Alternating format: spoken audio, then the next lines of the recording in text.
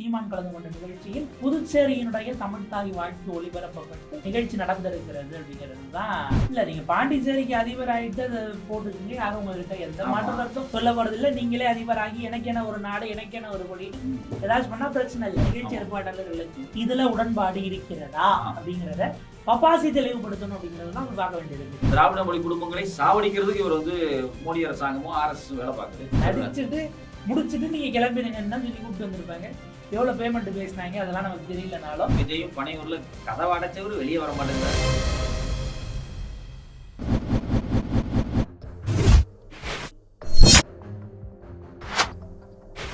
வடவன் இந்த வாரம் வீக்கெண்ட்ல நிறைய பரபரப்பான செய்திகளாவே இருக்கு. நீங்க எதை பேசுறது எதை விடுறதுன்னு தெரியாம அடுத்தடுத்து ஆமா எல்லாரும் நான் தான் ஹாட் டாபிக்ங்கிற இடத்துக்கு அண்ணாமலை ஒரு பக்கம் நான் தான் முன்னாடிட்டு வர்றாரு, சீமான் ஒரு பக்கம் நான் தான் என்ன பத்தி அடிங்க நான் தான் வருவேன் அப்படிங்கிறாரு, குஷ்பு ஒரு பக்கம் சிலம்ப இயந்திரத்துக்கு ஒரு நாடக கலைஞர்லாம் கூப்பிட்டு வந்து அவங்க குழப்ப எடுத்து அது ஒரு பக்கம் ஓடிக்கிட்டு இருக்கு. சௌமியா அன்புமணி ஒரு பக்கம் கைதாயிருக்காங்க. பனையூர்ல 4 நாட்களாக அன்புமணி ராமதாஸ் அவரு மாவட்ட செயலாளர்களோட பெரிய ஆலோசனை. பனையூர் அப்படிங்கறதே அப்பாக்கள்கிட்ட கோச்சிட்டு போறவங்க இடமா மாறிவிட்டது. அது அப்பாக்களிடம் கோபித்து கொண்டு போன மகன்கள் அரசியல் கட்சி தொடங்கும் இடமாக மாறிடுச்சு அப்படிங்கிற விஷயங்கள் ஓடிக்கிட்டு இருக்கு. நம்ம சீமான்ல இருந்து தொடங்கலாமா அப்படின்னு பார்த்தோம்னா, ஏன்னா அதான் இம்மீடியட்டா வந்திருக்கு. தமிழ்நாட்டில் அதுவும் குறிப்பாக தமிழ்நாடு அரசால் அவங்க பேக்கப்ல இருந்து தான் சென்னை புத்தக கண்காட்சி நடக்கிறது, நடத்துறாங்க. தமிழ்நாடு அரசு அதுக்கு மிகப்பெரிய அளவுக்கு பேக்கப்பா பல விஷயங்களை செஞ்சுக்கிட்டு இருக்காங்க. அங்க சீமான் கலந்து கொண்ட நிகழ்ச்சியில் புதுச்சேரியினுடைய தமிழ்தாய் வாழ்த்து ஒளிபரப்பப்பட்டு நிகழ்ச்சி நடந்திருக்கிறது அப்படிங்கிறது தான். இது சட்டப்படி என்னவாக பார்க்கப்படும் அப்படிங்கிறது தான் ரொம்ப முக்கியமான ஒரு கேள்வியா இருக்கு. தமிழ்நாட்டுக்குன்னு ஒரு தமிழ் தாய் வாழ்த்து இருக்கு. காலங்காலமாக அதுதான் தமிழ் தாய் வாழ்த்தா இருக்கு. தமிழ் மொழியை பெருமைப்படுத்தக்கூடிய ஒரு மிக முக்கியமான பாடல். அந்த பாடலை சீமான் அவருடைய அரசியல் வன்மத்துக்காக தமிழ்தாய் வாழ்த்தையை மாத்துறாரு. அது மிகப்பெரிய ஆபத்து. இல்ல நீங்க பாண்டிச்சேரிக்கு அதிபர் ஆகிட்டு அதை போட்டுக்கீங்க, யாரும் உங்ககிட்ட எந்த மாற்று கருத்தும் சொல்ல போறதில்லை. நீங்களே அதிபராகி எனக்கென ஒரு நாடு, எனக்கென ஒரு கொடின்னு ஏதாச்சும் பண்ணா பிரச்சனை இல்லை. நீங்க தமிழ்நாட்டில் இருக்கிறீங்க, தமிழ்நாட்டில் அரசியலமைப்பு நடத்துறீங்க. இன்னைக்கு அதுதான் சட்டம். நாளைக்கு நீ உங்களுக்கு மக்கள் பெரும்பான்மை கொடுத்து வந்த பிறகு நீங்க சட்ட திருத்தம் கொண்டு வந்து மாத்திங்க. உங்க இன்னைக்கு இந்த நாட்டுல எது சட்டமோ அதுதான் நீங்க செயல்படுத்தணும். இது மனோன்மணியம் சுந்தரனாருக்கு நிகழ்த்தப்பட்டிருக்கக்கூடிய அவமரியாதை. அதை விட முக்கியமா தமிழ்நாட்டிற்கு தமிழ்நாடு அரசனுடைய அவங்க அறிவிச்சிருக்கக்கூடிய அந்த ஒரு இறையாண்மை இருக்குல்ல, அதுக்கு எதிரான விஷயம். இவர் மேல வழக்கு பதியப்பட்டு கைது செய்யப்படணும். தமிழ்நாட்டினுடைய தமிழ் ஒரு மொழியினுடைய பாடலை குறிப்பா வாழ்த்து அப்படிங்கிறது தமிழ் மொழிக்கு நம்ம செய்யக்கூடிய மிக முக்கியமான ஒரு இறையாண்மை. அதை கேவலப்படுத்துற மாதிரி எவ்வளவு பேர் உயிரை கொடுத்து இந்திய போராட்டத்துல துப்பாக்கி சூடு வாங்கி செத்து இந்த மொழியை இன்னைக்கு காப்பாத்தி இன்னைக்கு நிக்க வச்சிருக்காங்க அப்படின்னா அதுக்கு கொடுக்கக்கூடிய மரியாதையை அவமானப்படுத்திருக்காரு சீமான் மேல வழக்கு பதியப்பட்டு கண்டிப்பா கைது செய்யப்படணும். இது மாதிரியான ஒரு அட்ராசிட்டி வேலைகள் தமிழ்நாட்டில் ஒருபோதும் அனுமதிக்க கூடாது. நிகழ்ச்சி ஏற்பாட்டாளர்கள் ஏன்னா இந்த குறுந்தகடு இல்ல இந்த எல்லாம் ஆப்வியஸா அவங்க கொண்டு போய் இருக்க மாட்டாங்க. அப்ப நிகழ்ச்சி ஏற்பாட்டாளர்களுக்கு இதுல உடன்பாடு இருக்கிறதா அப்படிங்கிறத பப்பாசி தெளிவுபடுத்தணும் அப்படிங்கிறத தான் பார்க்க வேண்டியிருக்கு. நீங்க உங்களுக்கு இப்ப இந்த காலகட்டத்திலும் இல்லாததை விட இன்னைக்கு புத்தக கண்காட்சி உங்களுக்கு எல்லா மாவட்டங்கள் தோறும் அதை பரவலாக்கி இருக்கிறாங்க. அதுக்கான வேலைகள் நடத்தப்பட்டிருக்கிறது. பல விஷயங்கள் அது எல்லாருடைய பங்களிப்பும் இருக்கு. அதுல மிகப்பெரிய பிரச்சனைகள் இருந்தாலும் ஒரு சப்போர்ட் சிஸ்டமும் உங்களுக்கு இருக்கும் பொழுது மாநில உணர்வுக்கு எதிரானதாக ஒரு வேலையை நீங்க எப்படி அலோவ் பண்ணீங்க? இப்ப யாரு பொறுப்புன்னு நீங்க சொல்ல போறீங்க? பொறுப்புக்கு ஆனவரை எப்படி என்ன நடவடிக்கை எடுக்க போறீங்க? நபர் மிரட்டப்பட்டாரா அப்படிங்கிற கேள்வி கூட நமக்கு வருது. இவ்வளவு விஷயங்களையும் நீங்க தெளிவுபடுத்த வேண்டியது. வர்றவர் வராதுங்கிறதுக்காக நீங்க அதை போட்டுருவீங்களாங்கிற ஒரு பாயிண்ட் இருக்குல்ல. இப்ப உதாரணத்துக்கு மோடிஜி குஜராத்ல இருந்தா வந்தாருனால அவரே ஒரு நிகழ்ச்சிக்கு வர்றாருன்னா குஜராத்தில ஏதாச்சும் அங்க பாடல் இருந்தா அதை போட மாட்டோம். இல்ல தேசிய கீதம்னா அதுதான். தமிழ்நாட்டுக்கு வந்தாலும் தமிழ்தாய் வாழ்த்து தான். அப்ப நீங்க கட்சி ஆரம்பிச்சுட்டு 1000 விஷயங்கள் பேசிட்டு இருக்கலாம்.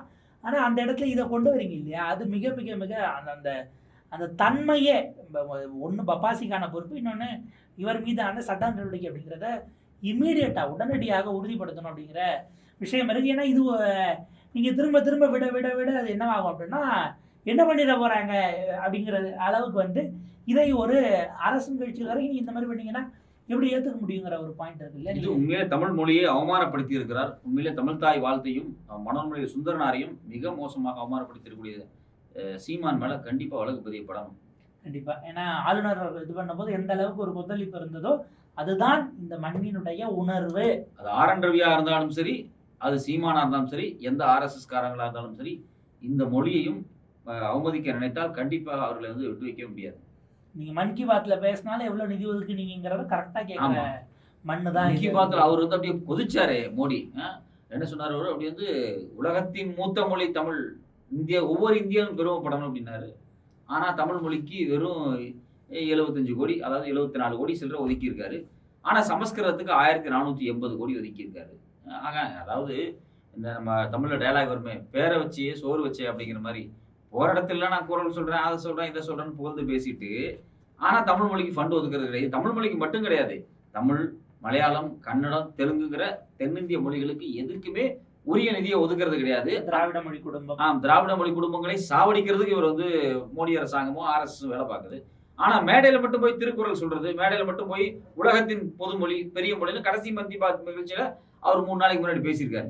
இது வந்து இந்த பாசிச மணல இருக்கக்கூடியவங்க எல்லாத்துக்கும் வாயில பேசுறது ஒன்னாகும், செயல் ஒன்னாகும் தான் இருக்கும். பல புத்தகங்கள் எழுதப்படுகிறது. நீங்க புத்தகத்துல உங்களுக்கு அதுல ஒரு தியரி நீங்க முன் வச்சு ஒரு ப்ரொபகண்டாவா முன்னெடுக்கிறீங்கிறது வேற. அதையே டு அன் எக்ஸ்டெண்ட் படைப்பு சுதந்திரமா நீங்க ரெப்ரசன்ட் பண்ணிட்டு போலான்னு மாற்று கருத்தை தான் வைக்கக்கூடிய இடத்துல நம்ம இருக்கமே தவிர, புத்தகம் எந்த நோக்கத்தோடு அது வந்ததாக இருக்கட்டும், யாரை வேணாலும் விமர்சிச்சுட்டு போட்டோம். ஆனா நீங்க இங்க இருக்கக்கூடிய ஸ்ட்ரக்சரை உடைக்கணும்னு நினைச்சு தமிழ்தாய் வாட்டில கை வைக்கிறீங்க இல்லையா, அது அபாயகரமானது. எப்போதும் அனுமதிக்க தமிழ் மொழியை சாகடிக்கணும் அப்படிங்கிறதுல 2 பேரும் உறுதியா இருக்காங்க. ஒண்ணு வந்து சீமான் இருக்காரு, மோடி இருக்காரு தான் நான் பாக்குறேன். ஏன்னா இவங்க 2 பேருமே ஏதாவது குழப்பங்களை ஏற்படுத்தி கொண்டே, அதாவது வெளியே தமிழ்னு பேசிட்டு, ஆனா உண்மையாலுமே தமிழ் பற்று இல்லாத மாதிரி நடந்து கொள்ளக்கூடிய 2 நபர்களாகத்தான் நான் இவங்க 2 பாக்குறேன். அது இந்த வாரத்தில் நடந்த நிகழ்ச்சியே நமக்கு வந்து சாட்சியாக இருக்குது. இதுக்கப்புறம் அண்ணா பல்கலைக்கழக மாணவிக்கு நியாயம் கேட்டு நடக்கக்கூடிய போராட்டங்கள், அதுல முன்னணியில குஷ்பு மாநில தலைவர் இல்லாமல் அவரை இறக்கி விட்டுருக்காங்க. அவங்கள கொண்டு போய் ஆட்டுப்பட்டியில் அடைச்சிட்டாங்க அப்படின்னுட்டு உள்ளபடியே ஒரு பெரும் வருத்தம். அதுக்கு கண்டனம், சீமான் உட்பட பலரும் கண்டனம் தெரிவிச்சிருக்காங்க. நீங்க அண்ணாமலை இல்லைன்னு சொன்னீங்க, அப்புறம் ஆட்டுப்பட்டியில் அடைச்சிட்டான்னு சொல்றீங்க. நீங்க சொல்ல வரதே புரியல எனக்கு. நான் என்ன ரிப்போர்ட் ஆச்சோ அதை அப்படியே சொல்றேன்.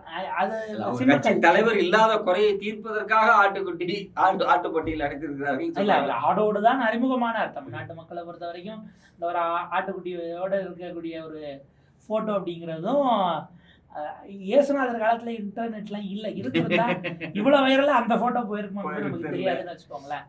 பட் அதை தாண்டி வந்தாலும் இவங்க பாருங்க, சிம்மக்கல்லுக்கு தேடி போயிருக்காங்க. ஏன்னா அங்க இருக்கக்கூடிய அங்க செல்லாத்தம்மன் கோயில் வாசல்ல ஒரு கண்ணகி சிலை இருக்கான். அங்க போய் அங்க கூடி நாடக நடிகையை ஒருத்தர கண்ணகி வேஷம் போட கூப்பிட்டு வந்து தீச்சட்டி ஏந்தி அங்க எல்லாம் சேர்ந்து குலவையெல்லாம் இட்டு ஆரம்பிச்சிருக்காங்க. ஆரம்பிச்சதும் ஆக்சுவலா நமக்கு அந்த திட்டமே எனக்கு புரியல. என்னன்னா, மதுரையில இருந்து கவர்னர் மாளிகையை நோக்கி பேரணி. எதுல வருவாங்க? லாரியில வர்றதா திட்டமா. நீ அந்த மண்டபத்துல அவ்வளவு பேர் அடைச்சிருக்காங்க, அவ்வளவு பெண்கள் லாரியில ஏத்தி மொட்டை வெயில உள்ளபடியே போலீஸ் பிடிக்காம விட்டுருந்துன்னு வைங்க. பூரா பேரு லாரி டாப்ல ஏத்திருந்தா என்ன ஆயிருக்கும்? வறண்டு போயிருப்பாங்க, சுருண்டிருப்பாங்க. காப்பாத்திருக்காங்க நம்ம சொல்லணும், கைது பண்ணிருக்காங்கன்னு சொல்லக்கூடாது. நீங்க கைது பண்ணிடுவாங்கிறதுக்காகவே அவ்வளவு தூரம் உள்ள போனாங்களாங்கிறது இருக்கு. அங்க பக்கத்துல இருந்த மண்டபம் அதுதான், அதுல கொண்டு போய் அடைச்சிட்டு. அண்ணா யூனிவர்சிட்டி விஷயத்துல 24 மணி நேரத்துல குறிப்பிட்ட நபர் கைது செய்யப்பட்டுட்டாரு. அந்த எஃப்ஐஆர் கசிஞ்சதுக்கு மத்திய அரசாங்கமே பொறுப்பேற்றிருக்கு. ஏன்னா அந்த நிறுவனம் இருக்காங்களே, நேஷனல் இன்ஃபர்மேஷன் சென்டர், அவங்களே வந்து இந்த குறிப்பிட்ட வழக்கு சட்டங்கள் மாற்றப்பட்டதுக்கு பிறகு, ஐபிசி வந்து பிஆர்எஸ் மாற்றப்பட்டதுக்கு பிறகு சில கோளாறுகள், தொழில்நுட்ப கோளாறுகள் இருக்கு அப்படின்னு சொல்லி கசிஞ்சது அவங்களே ஒத்துக்கிட்டாங்க. அடுத்தபடியா பாத்தீங்க அப்படின்னா, இந்த போன், அந்த குறிப்பிட்ட நபருடைய போன் அந்த சாருன்னு யாரை சொன்னாங்க அப்படின்னு ரெட்ரீவ் பண்ணி ஆய்வுகள் நடத்தப்பட்டு இருக்கு. இந்த பிரச்சனையை பாலிடிக்ஸ் பண்ணாதீங்கன்னு கோர்ட்டே சொல்லிருச்சு. நீங்க தேவையில்லாம அரசியல் பண்றீங்க, இதை வச்சுக்கிட்டு நீங்க பாலிடிக்ஸ் பண்றீங்க, பெண்களுக்கான பாதுகாப்பு அப்படிங்கிறது வந்து உறுதிப்படுத்துறதுக்கு என்ன நடைமுறை எடுக்குமோ அதை செய்யணும், அதை விட்டு நீங்க வந்து தேவையில்லாம அரசியல் பண்ணிக்கிறீங்க அப்படின்னு சொல்லி கோர்ட்டே சொல்லிருச்சு. வேக வேகமா வேலையும் நடந்துகிட்டு இருக்கு. ஆனா இந்த நேரத்துல குழப்பற மாதிரி நான் வந்து ஏதாவது ஒரு அட்டென்ஷன் கிரியேட் பண்ணோம். அவர் போய் சவுக்கு எடுத்து அடிச்சுக்கிட்டாரு போன வாரம். இப்போ இந்த வாரம் இந்த அம்மா வந்து சிலம்ப வச்சுட்டு நாங்க வந்து ஒரு டான்ஸ் ஆடுவோம்னு சொல்லி ஆடுறாங்க. ஒன்றும் புரிய மாட்டேங்குது. அவங்க உள்ளபடியே அவங்களுக்கு வெள்ளிக்கிழமை அதுவுமா ஏதாவது நாடகங்கள் புக் ஆயிருக்க வாய்ப்பு இருக்கு. அந்த நாடகம் அவங்க பாட்டுக்கு காலையில ஒரு ஸ்லாட்டு முடிச்சிட்டோம்னா பேமெண்ட் வாங்கிட்டு போனா சாயங்காலம் எங்கேயாவது அடிச்சிருவாங்க. கைதாகும்போது அவங்க விசும்பி அந்த அழக்கூடிய காட்சி இருக்குல்ல, உடைந்து அழக்கூடிய காட்சி உள்ளபடியே ஒரு கலைஞர் வீட்டுல நீங்க அந்த ஒரு நாள்ல உங்களுக்கான பொழப்புல பண்ண மாதிரி போட்டீங்கிற மாதிரி தான் அதை நம்ம இதெல்லாம் சொல்லல. நடிச்சுட்டு முடிச்சுட்டு நீங்கள் கிளம்பிடுங்கன்னு சொல்லி கூப்பிட்டு வந்திருப்பாங்க. எவ்வளோ பேமெண்ட் பேசினாங்க அதெல்லாம் நமக்கு தெரியலனாலும் அவங்க அந்த உடஞ்சி அழுதது இருக்குல்ல, அது உள்ளபடியே வந்து ஏங்க இந்த மாதிரிலாம் எதுக்கு நீங்கள் வேஷம் பண்ண, நீங்களே இருக்கிறவங்கள ஒரு ஆள் போட்டுக்க வேண்டியது, அதில் என்ன உங்களுக்கு இது இருக்குங்கிற கேள்வி இருக்குது. இல்லைன்னா பழைய வசனத்தையாச்சும் எடுத்து பூம்புகார படத்தினுடைய கலைஞர் கதை வசனத்தையும் கூட போட்டு காட்டிட்டு சும்மா எல்இடி கட்டி ப்ரொஜெக்டரில் போகிறோன்னா போட்டு போங்களான்னா அதில் தொடங்கி அத்தனையுமே நீங்கள் செட்டப்பா அப்படிங்கிற மாதிரி. ஏதாவது நம்ம இப்போ பலரும் அமைப்புகள்லாம் நடத்துகிறாங்க, கூட்டங்கள் நடத்துகிறாங்க, அவங்களே கலைக்குழுவையே கூப்பிட்டுட்டு வர்றது நமக்கு தெரியும். ஆனால் போராட்டத்துக்கு இப்படி தனிப்பட்ட முறையில் ஒரு ஆளை ஹையர் பண்ணுறதெல்லாம் உள்ளபடியே புது விஷயமா தான் இருக்கு. ரெண்டாவது இந்த போராட்டங்கள் பரபரப்பு இந்த சூழல்ல அண்ணாமலை தலையே காமிக்க மாட்டேங்கிறாரு. மகளிர் அணி நடத்தினாலும் வர மாட்டேங்கிறாரு, தமிழிசை நடத்தினாலும் வர மாட்டேங்கிறாரு, தலைமறைவாகவே இருக்கிறாரு. அவருக்கு ஒரு அட்டென்ஷன் கிரியேட் ஆகும்னு சொல்லி செருப்பெல்லாம் கழட்டினாரு, சவுக்கடிச்சாரு, ஒர்க் அவுட் ஆகல. அப்படிங்கும்போது எஸ்கேப் ஆகுறாரு. இன்னொரு தகவலும் கசிந்து கொண்டு இருக்கிறது. தமிழிசை வந்து டெல்லி போனாங்க, டெல்லி டு அந்தமான் போயிருக்காங்க. அந்தமானுடைய அரசியலுக்கு, அதாவது அங்கே நடக்கக்கூடிய தேர்தலுக்கு பொறுப்பாளராக போட்டிருக்காங்க. இது மட்டும் இல்லாம அடுத்த வார வீக்கெண்டுக்குள்ள கூட சில சிறப்பு செய்திகள் வரும் அப்படின்னு சொல்றாங்க. அது உண்மையா? அது யாருக்கு சிறப்புங்கிறது தான் ரொம்ப முக்கியமானது. செய்தி வரும் அப்படிங்கிறது தான். ஏன்னா இப்போ தமிழ்நாடு ஆக்சுவலாக இது தொடங்கி வச்சவரை இச்சராஜா தான். அவர் அந்த 3 மாசம் நடுவில் இடைக்கால ஒருங்கிணைப்பு குழு தலைவராக போட்டாங்கல்ல, அவர் அங்கே வருவார் எல்லாம் கேட்கும்போது உட்கட்சி தேர்தலை நாங்கள் நடத்திட்டு இருக்கிறோம். ஜனவரியில் அவர் அப்பயே சொன்னார், ஜனவரியில் எல்லா மாநிலங்களுக்கும் எங்கள் தேசிய தலைமையில் இருக்கக்கூடிய எல்லாருக்கும் தேர்தல் நடத்தி தேர்ந்தெடுக்கிறது தான் முறை. அதுக்கான வேலைகளை தான் நாங்கள் இப்போ உட்கட்டமைப்பு பணிகளை இங்கே நாங்கள் கிளை அளவில் உள்ள செஞ்சுக்கிட்டு இருக்கோம். மண்டல அளவில் அதெல்லாம் முடிச்சிட்ட பிறகு லாஸ்ட்டில் இது வரும், எலெக்ஷன் இருக்குது அப்படின்னு திரும்ப திரும்ப சொன்னாப்புல. அது அவருடைய உள்ள கிடக்கைன்னு கூட இப்போ பலரும் நினச்சாங்க. ஆனால் இப்போ அது ரியலாக நடந்திருக்கு. தமிழ்நாட்டுக்கு கிஷன் ரெட்டி அவர்களை மேலிட தேர்தல் பார்வையாளராக, தேர்தல் பொறுப்பாளராகவே போட்டு. குறிப்பா அண்ணாமலையுடைய 1000 கோடி விவகாரத்துக்கு பிறகுதான் அந்த பிரச்சனை அப்படிங்கிறாங்க. அதாவது அண்ணாமலையுடைய அவருக்கு நெருங்கிய உறவினர், அக்காவினுடைய கணவர், அவருடைய பார்ட்னர் சிவகுமார், செந்தில்குமார், அவங்க நடத்தின சூளை அந்த இதுக்கு பேரே அண்ணாமலையார்னு வச்சிருக்கிறாங்க. அண்ணாமலையார்னுட்டு கடவுள் மேல பாரத்தை போட்டுட்டு அண்ணாமலையார்னு பேரை வச்சுட்டு 200 கோடி வரி ஏய்ப்பு பண்ணிருக்காங்க. இது ஒரு ஸ்ட்ராட்டஜி. அண்ணாமலை யார் என்னங்க நீங்க எப்படி சொல்றீங்க? வேலை யாத்திரை போன சமயத்துல ஃப்ரண்ட்ல ஜீப்ல முருகன் வேலை இது பண்ணிட்டு உள்ள கஞ்சா வச்சு கடத்தி கைதானவங்க, கஞ்சாவா அபினோ வச்சு கடத்தி கைதானவங்க தாங்கிறது நம்ம மறந்துட முடியுமா? வெறும் கலவரத்தை பண்ணிட்டு பிரியாணி ஐடியாவை தூக்கிட்டு போன வரலாறும் அவங்களுக்கு உண்டு இருக்கு. அதனால அது வெளியில என்னவா போர்டு போடுது, உள்ள என்ன விற்கிறாங்கிறதெல்லாம் செகண்டரி. இப்போ அந்த இடத்துக்கு நகர்த்தணும் அப்படின்னா முதல்ல அண்ணாமலையை நகர்த்தினாதான் கூட்டணிக்குன்னு போகும்போதே இவர்கிட்ட பேச்சுவார்த்தைக்கு யாரும் தயாரா ஆகாத ஒரு சூழல் தான் முக்கியமானது. எதுக்கு எடுத்தாலும் எடுத்து அவங்க மொத்தம் பேசுறதுங்கிறது கட்சி நடத்துறதுக்கு அரசியலுக்குன்னு ஒரு நெகிழ்வுத்தன்மை இருக்கும்ல. அந்த நெல்லிவு சிலிவோட போறது அமித்ஷாவுக்கே கடுப்பாக தான் இருக்கும். 24 தேர்தலில் ஒழுங்கா அதிமுக வச்சது ஒரு 4 சீட்டாவது ஜெயிச்சிருக்கலாம், அதையும் கெடுத்து விட்டாங்க மொத்தமா. இப்ப நாங்க அடுத்த ஒன்றே கெஞ்சிட்டு மத்தியில எந்த நேரத்துல சந்திரபாபு நாயுடு கழுத்தை பிடிப்பாருன்னு தெரியாது, இன்னொரு பக்கம் நிதிஷ்குமார் எப்ப கழுத்துல கை வைப்பாருன்னு தெரியாது. ஒரே பஞ்சாயத்தா ஓடிக்கிட்டு இருக்கு. ஏதோ தமிழ்நாட்டில இருந்து 4 சீட்டு கிடைச்சிருக்கலாமோ அப்படிங்கிற ஒரு நட்பு ஆசை அவருக்கு இருந்துச்சு. கடைசியில பாத்தீங்கன்னா அதையும் கெடுத்து விட்டாரு அண்ணாமலை. எடப்பாடி இன்னொரு பக்கம் ஐயோ எனக்காவது 2 சீட்டு கிடைச்சிருக்கு, அதையும் கெடுத்துட்டீங்களா அப்படின்னு சொல்லி அவர் ஒரு டென்ஷன்ல இருக்காரு. ஸோ அப்போ ஏதோ ஒரு வகையில் 26 தேர்தலில் அதிமுகவும் பாஜகவும் கூட்டணிக்குள்ள போறதுக்கு அண்ணாமலை தடையா இருக்காரு அப்படிங்கறத யூகிச்சு எனக்கு தெரிஞ்சு எடப்பாடியே வந்து ஏதோ பண்ணிட்டாருன்னு நான் ஃபீல் பண்றேன். கடைசியா உடஞ்சதுக்கு காரணம் அண்ணாமலை தான்.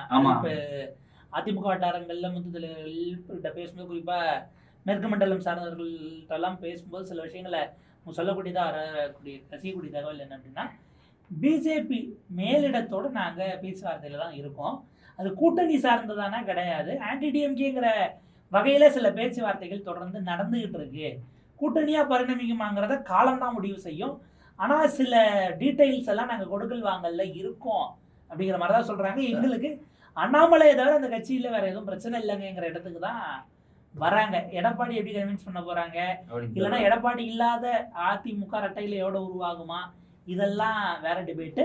ஆனா அண்ணாமலை நகரிட்ட ஒரு பிரச்சனையும் இல்லைங்கிற இடம் தான். இல்ல அண்ணாமலை கூப்பிட்டு காதுக்குள்ள அமித்ஷா சொல்லியிருப்பாரு, நீ அதுக்கு செட் ஆக மாட்ட கிளம்பு அப்படின்னு இருப்பாரு.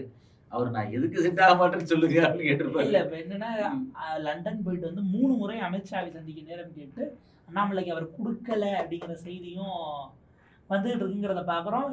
சொல்லிட்டாரு நீ தான் செட் ஆக மாட்டேன். ஐடி ரைடுக்கு முன்பும் பின்புமாகவும் சந்திப்பை கேட்டு டெல்லிக்கெல்லாம் அவர் போனாருன்னு தகவல் வந்துச்சு. ஆனால் சந்திக்கலைங்கிறத நம்ம கவனிக்கணும். என்ன போனார், நான் என்ன சந்திக்கலன்னு பார்த்தா அடுத்த நாள் இங்கே வந்து ப்ரெஸ் மீட் கொடுத்துக்கிட்டு இருந்தாரு.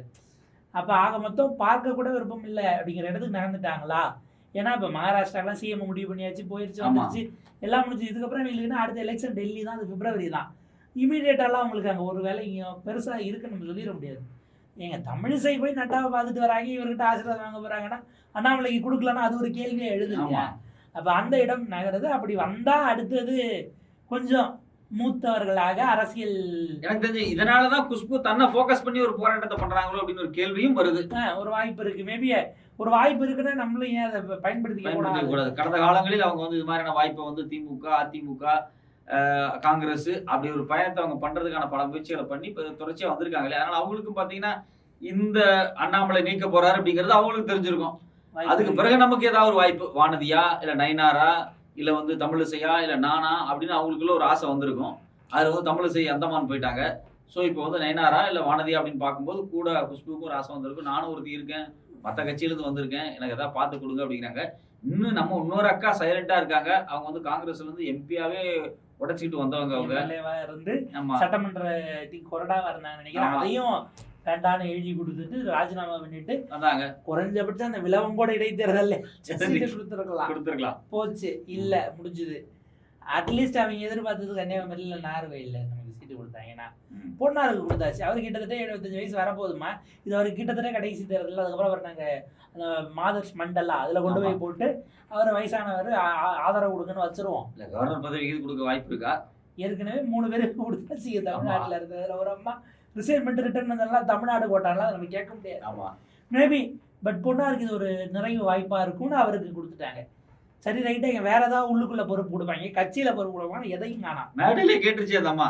மேடையில வாயை விட்டு அண்ணாமலை உட்காந்துருக்க மேடையிலேயே தான் இவ்வளவு நாள் ஆயிடுச்சு, ஆனால் எந்த பதவியும் கொடுக்காம இருக்கீங்கன்னும் போது அது எப்படின்னு கேட்ட பிறகு அண்ணாமலை சிரிச்சுக்கிட்டே பார்த்துட்டு ஏன்னா அவருக்கு தெரியும் என்னையே எப்ப தூக்க போறான்னு தெரியாது, உனக்கு எப்படி நான் பதவி கொடுக்க முடியும். இதுல இன்னொன்னு, இவரை சந்திச்சு இங்க கட்சியில சேரல, நேரா இவங்க டெல்லி போயிட்டாங்க. டெல்லி போனா அவங்க ஒரு மூத்த தலைவர் மத்திய அமைச்சர் தலைமையில சேர்ந்துடலான்னு கூட்டு போயிட்டு எல்முருகன்ஜியை கூட்டு வந்து அவர் தலைமையில சேர்த்துட்டாங்க. இப்போ எல்முருகன்ஜியினுடைய கேங்கெல்லாம் அண்ணாமலை வந்த பிறகு எப்படி பார்க்கப்பட்டதுங்கிற ஒரு ஈக்குவேஷன் இருக்கு இல்லையா உங்களுக்கு. அண்ணாமலை லண்டன் போன பிறகு நீங்க கமலாலய சுற்று வட்டாரங்களில் கருணாகராஜனோ அல்லது அமர் பிரசாத் ரெட்டியோ பெருசா இருந்திருக்க மாட்டாங்க. ஏன்னா இவங்க வேற கேங், உள்ள வந்தது வேற கேங்கு. ஸோ இப்படி இப்போ சரத்குமார்லாம் எந்த கேங்கில் இருக்காருங்கிற ஒரு முக்கியமான கேள்வி இருக்கு. அவர் கட்சியவே உள்ள இணைச்சார், அவருக்கு ஏதாச்சும் கொடுக்க வாய்ப்பு இருக்காங்களா, அவர் எதிர்பார்க்குறாரா, இல்லை இருக்கிற வரைக்கும் போதுங்கிற அளவுக்கு. அவர் எலெக்ஷன்லேயே எம்பி எலெக்ஷன்லேயே உஷாரா ராதிகா அவங்களை இறக்கி விட்டுட்டு அவரு ஒரு பேக் எடுத்து. இன்னொரு பக்கம் பாத்தீங்கன்னா எஸ்வி சேகர், இந்த பிரசாந்த் கே சாமியா, கேடி ராகவன், இவங்க எல்லாரும் அண்ணாமலைக்கு எதிராக அப்படியே பொங்கிட்டு இருக்காங்க, ஒரு குரூப் இன்னொரு குரூப். ஸோ அப்போ ஒட்டுமொத்தமாக அண்ணாமலை இந்த வாரத்தில் அல்ல அடுத்த வீக்கெண்ட் நிகழ்ச்சிக்குள் ஏதாவது செய்தி, யாருக்காவது நல்ல செய்தி கிடைக்கும் என்று எதிர்பார்க்கப்படுகிறது. அவங்க சில சாய்ஸ் வச்சிருக்கிறதுன்னு பார்த்தா நயினார் நாகேந்திரனும் அதே போல வானதி சீனிவாசனும் அப்படிங்கிற மாதிரியானதான் இப்போதைக்கு. ஏன்னா நயினார் நடுவிலேயே ட்ரை பண்ணார் அப்படிங்கிற விஷயங்கள் எல்லாம் சொல்லப்பட்டது. அப்படி இருக்கும்போது அது பெட்டர் சாய்ஸா. அதிமுகவோட கூட்டணி பேச்சுவார்த்தைக்கு அவங்களுக்குள்ள ஒரு ஒரு சுமூகமா இருக்கும். இவர் அதிமுகவில் இருந்தவர், வானதிக்குமே அது ஒரு பெரிய விஷயமா அந்த பேச்சுவார்த்தைங்கிறதுல அந்த நெளிவு சுழிவோட ஹேண்டில் பண்ணுவாங்கங்கிறது தான் ரொம்ப முக்கியம். அண்ணாமலை மாதிரி எடுத்தாங்க கௌதம்னு விட்டு அந்த பர்சனல் ஈகோவை அவங்க பெரும்பாலும் முன்னும் காட்டிக்க மாட்டாங்க. அந்த நீக்கு போக்கு தெரிஞ்சவங்கிற இடத்துல இருந்து அவங்க பார்க்குறாங்க. கால்குலேஷன் எது சரி தப்புங்கிறத மக்கள் தான் முடிவு பண்ணுவாங்க. இந்த கேப்ல வந்து நீங்க வந்து 4 நாள் பனையூர் கூட்டம் என்ன நடக்க போகிறது என்று தெரியவில்லை.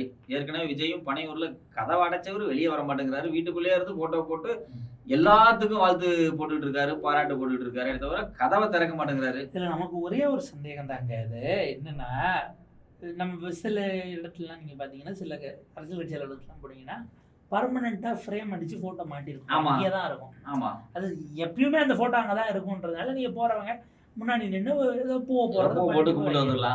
இவர் அதே செட்டப்ல போட்டோவை மட்டும் மாத்துறாங்க. அப்ப அது பர்மனன்ட் போட்டோ கூட கிடையாது. அன்னைக்கு காலையில அளவு கொடுத்து அடிச்சுட்டு வந்திருக்காங்க சட்டம் போட்டுங்கிறது. எனக்கு தெரிஞ்ச கேலண்டரை பார்த்து அடுத்தடுத்து என்னென்ன பிறந்த நாள் இறந்த நாள் ஞாபகம் எல்லாம் வருதோ எல்லாத்துக்கும் ஒரு போட்டோ அடிச்சு கொண்டு வந்து வச்சிருங்க. போட்டோவை தூக்குறோம், காலில் வைக்கிறோம், பூவை போடுறோம், ஒரு போட்டோ எடுக்கிறோம், ட்விட்டர்ல அதே போட்டு வெள்ளச்செவரு, அதே டேபிள், ஆமா போட்டோவும் தலைவரோட சட்டம் மட்டும் மாறும். ஆமா சட்ட கலர் மட்டும் மாறும். மாறும். டிஷர்ட் கலர் மட்டும் மாறும். அதே தான் எனக்கு ஒரு சந்தேகம் இருக்கு. ஏற்கனவே எடுத்து வச்சிட்டாங்களோ அப்படின்னு. ஒரு 50 போட்டோ எடுத்து வச்சிட்டாங்களோ, ஒவ்வொரு தலைவர் பக்கத்துல பூ போடுற மாதிரி. ஏன்னா அவர் எங்க இருப்பாருன்னு யாருக்கும் தெரியாது. விஜய் தூங்கிட்டு இருக்காரா, முடிச்சுக்கிட்டு இருக்காரா, வெளிநாட்டுக்கு போயிட்டு இருக்காரான்னு எவனுக்குமே தெரியாது. ஒருவேளை ஏற்கனவே ஒரு செட்டு போட்டோ எடுத்து வச்சுக்கிட்டு அவர் இருக்கிறாரோ இல்லையோ, ஷூட்டிங்கு போயிட்டாரோ இல்லையோ, போட்டோ போடுறாங்கன்னு தெரியல. இது ஒரு பக்கம் பனையூர் கூத்தா இருக்கு. இன்னொரு பனையூர் கூத்து 4 நாளா ஆபீஸ அடைச்சிக்கிட்டு உள்ள உட்கார்ந்து பேச்சுவார்த்தையிலே இருக்காங்களே. ஊடகவியலாளர்களை சும்மா சொல்லக்கூடாது. ட்ரோன் ஷாட் எல்லாம் எடுக்கிறாங்க. அந்த வீடு எப்படி இருக்கு, அந்த புதிய அலுவலகத்தினுடைய கழுகு காட்சி அப்படிங்கிறது காட்சி. உள்ள பர்மிஷன் வாங்கிட்டு போனா அவங்களே சுத்தி காட்ட போறாங்க. அதையும் செஞ்சிருக்காங்க. ஒரு சேனல்லாம் ஒரு பனையூர்ல திறந்திருக்கேன் அங்க சொன்னதும் எங்க பாண்டிச்சேரியில அவர் சொல்றாரு, இங்க அதுக்குள்ள ஒரு டீம் அனுப்பிட்டாங்க. போய் அவங்க ஆபீஸை தேடி கண்டுபிடிச்சு உள்ள போய் நாங்க மீடியால இருந்து வந்திருக்கோம், அந்த மாதிரி வெளியில எப்படி இருக்குன்றதை மட்டும் எடுத்துட்டு போறோன்னு எடுத்து சிறப்பு காட்சின்னு வேற போட்டுக்கிட்டு இருக்காங்க. என்ன அப்படின்னா 2 நாளைக்கு முன்னாடி ஒரு பிரஸ் மீட் வச்சார் இல்லையா, ராமதாஸ் பிரஸ் மீட் வச்சு, நான் சொன்னதுதான் உறுதியான முடிவு தான், முகுந்தன் தான் மாநில இளைஞரணி தலைவர் அப்படின்னு மறுபடியும் ஒரு பிரஸ் மீட்ல சொல்லிட்டாரு. திருத்தமா சொல்லிட்டாரு. நாங்க எல்லாத்தையும் பேசி தீர்த்துட்டோம் வேற சொன்னாப்ல. என்னத்தங்க பேசி தீர்த்தீங்க? அப்ப என்னதான் அப்படின்னு பார்த்தா ரிப்பீட்டடா, அதாவது அவரை சொன்ன அடுத்த நாள்ல இருந்து 4 நாட்களாக மாவட்ட செயலாளர்கள் கிட்டத்தட்ட 3 மாவட்டம் 4 மாவட்டமா கூப்பிட்டு மாவட்ட செயலாளர்களோட நாள் முழுக்க ஆலோசனை நடக்கிறது அப்படிங்கிறது தான். பாமகவினுடைய கட்சி தலைவராக இருப்பவர் அன்புமணி. அவர் ஒரு ஃபவுண்டர் தான். ஆனா அதிகாரப்பூர்வமாக தேர்தல் ஆணையம் மற்றபடி எல்லா இடத்துலயுமே அன்புமணி அவர்களோட பேர் தான் இருக்கும். அன்புமணி கையெழுத்து போட்டால்தான் அன்னைக்கு ராமதாஸ் வந்தாரு பொதுக்குழு. அன்புமணி கையெழுத்து போட்டு அனுப்பினாதான் தேர்தல் ஆணையத்தை ஏற்றுக்கிட்டு செல்லுபடி ஆகணும்னுட்டு கட்சி ஆக்டிவா இருக்குன்னு அப்லோடே பண்ண முடியும். இன்னைக்கு டெக்னிக்கலா இதுதான் உங்களுக்கு. நீங்க ஜீரோங்கிறத ராமதாஸ் புரிந்து கொள்கிறாரா? நான் சொல்றது சட்ட ரீதியாக லீகலாக பார்த்தா அன்புமணி எடுக்கிற முடிவு அப்படிங்கிறது தான் கூடுதலான முக்கியத்துவம் வாய்ந்தது, வேல்யூவானது. ஆனா அவருடைய முரண்டு பிடிப்பது அப்படிங்கிறது, அன்புமணி இந்த கட்சி தலைமையது பிறகு இந்த கட்சி ஒரு மிகப்பெரிய சரிவை சந்திச்சுக்கு அப்படிங்கிறது தான் யதார்த்தமான உண்மையா இருக்கு.